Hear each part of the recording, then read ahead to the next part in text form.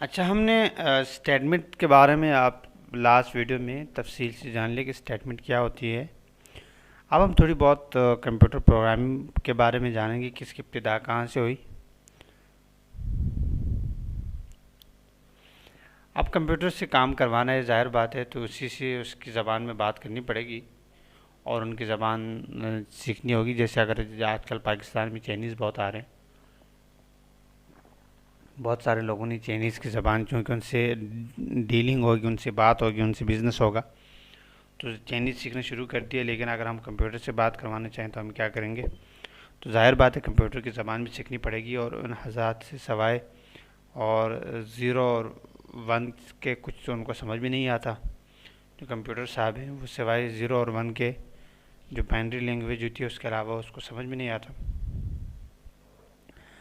خیر، اگر زیرو اور ون میں پروگرامنگ شروع کی ہے، اپنی ہر بات کے لیے صرف ایک مخصوص زیرو ون کا کوڈ بنایا گیا، جیسے اسمبلی لینگویج میں پہلے پہلے جو اسمبلی لینگویج مارکیٹ میں آئی، مگر زیرو ون پروگرامنگ جان کا عذاب ثابت ہوئی۔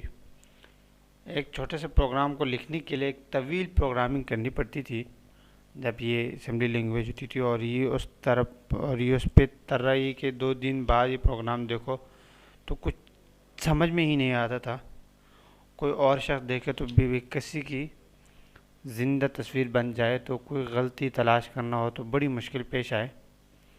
تو اب ہم بات کرتے ہیں کمپیوٹر پروگرامنگ کا جو ارتقاء ہے۔ اب اس تمام طریقہ کار کو چھوڑ کر انسان نے سوچا کہ ہم اپنی زبان میں یہ بات کریں، تو انہوں نے کیا کیا کہ انہوں نے چھوٹے چھوٹے جملے یا الفاظ لکھے اور کام ہو جائے۔ مگر اب ایک عدد جن درکار تھا جو درمیان میں جو ہماری باتیں کمپیوٹر کو سمجھا سکے اور کمپیوٹر ان کو سمجھ سکے، تو بالآخر وہ جن مل گیا۔ اس کا نام جو ہے نا کمپیلر ہے۔ انسان کے لیے قابل فہم زبان میں دی گئی ہدایات کو بائنری یا مشین لینگویج میں تبدیل کرنے کے تمام تر کام کمپیلر سے انجام دیتا ہے۔